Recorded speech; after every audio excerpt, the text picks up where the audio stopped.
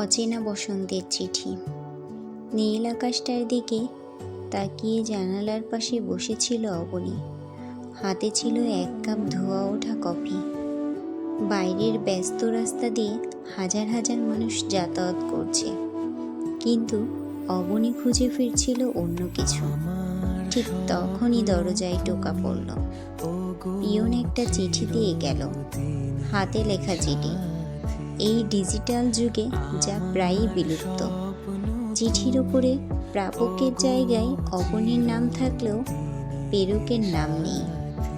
কাপা হাতে খামটা খুলতেই ঝরে পড়ল একটা শুকনো শিউলি ফুল।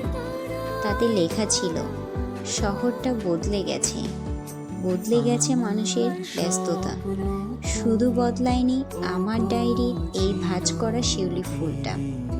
মনে পড়ে সেই বৃষ্টি ভেজা বিকালে তুমি বলেছিলে কিছু স্মৃতি কখনো হারায় না। অবনীর বুকটা ধক করে উঠল। এই হাতের লেখা তার খুব চেনা।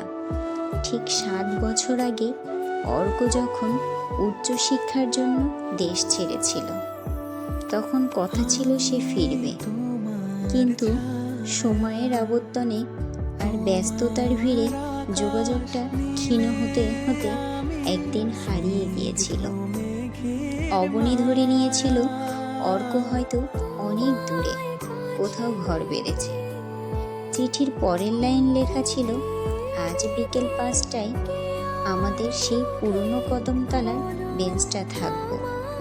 তোমার সময় হয় যদি একবার এসো, শুধু 1 কাপ চা খাবো আর 1 আকাশ কথা বলবো। ঘড়িতে তখন 4টা বেজে 15 মিনিট। অবনী নীল রঙের একটা শাড়ি পরে তড়িঘড়ি করে বের হয়ে পড়ল। রিকশায় যেতে যেতে ভাবছিল, অর্ক কি আগের মতোই আছে?